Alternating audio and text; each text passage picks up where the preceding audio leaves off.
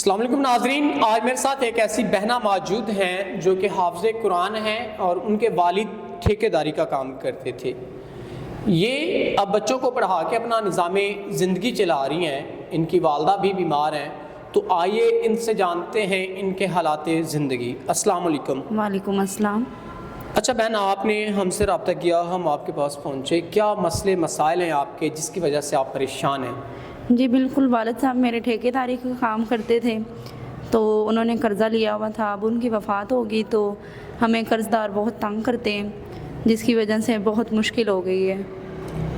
جو قرض تھا آپ کے والد پہ، ٹھیکیداری کا کام وہ کرتے تھے، اچھا کما لیتے ہوں گے، اب قرض جو ہے وہ آپ نے کسی کا دینا ہے؟ جی ہم نے دینا ہے کسی کا قرض۔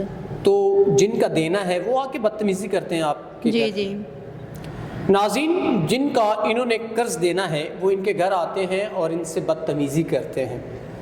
آپ نے اپنے رشتہ داروں سے نہیں کہا کہ آپ ہمارا قرض وغیرہ ادا کر دیں تاکہ ہماری یہ جو مصیبت ہے اس سے جان چھوٹ جائے؟ جی رشتہ دار بھی اپنا فائدہ ڈھونڈتے ہیں اور انہوں نے بھی ہمیں مشکل وقت میں اکیلا کر دیا، ہماری مدد نہیں کی۔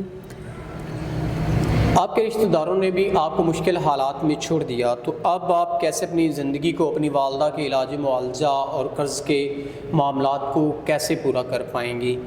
اس حوالے سے بتائیے گا۔ جی بہت مشکل ہے، بچوں کو پڑھا کے تو کچھ گھر کے حالات وغیرہ چلائے جا رہے ہیں، تو بس کوئی مدد کر دے ہماری مشکل وقت میں۔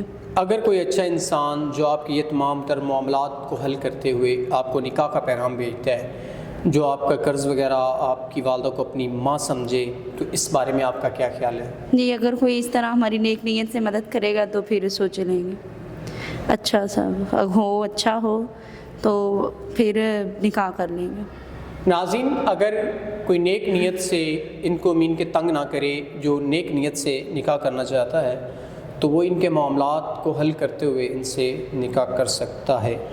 میں امید کرتا ہوں کہ آپ نکاح کو عام کرنے میں جتنا ہی حصہ ڈال سکتے ہیں ضرور ڈالیں، کیونکہ جو زنا جیسی برائی کو ہم نے اپنے معاشرے سے ختم کرنا ہے، ہم نے نکاح کو عام کرنا ہے، اور جو ایسی مائیں بہنیں میڈیا پہ آتی ہیں ان کے مسائل کو حل کر کے ان سے آپ نکاح کا رشتہ قائم کریں، کیونکہ پریشان لوگ ہی آتے ہیں۔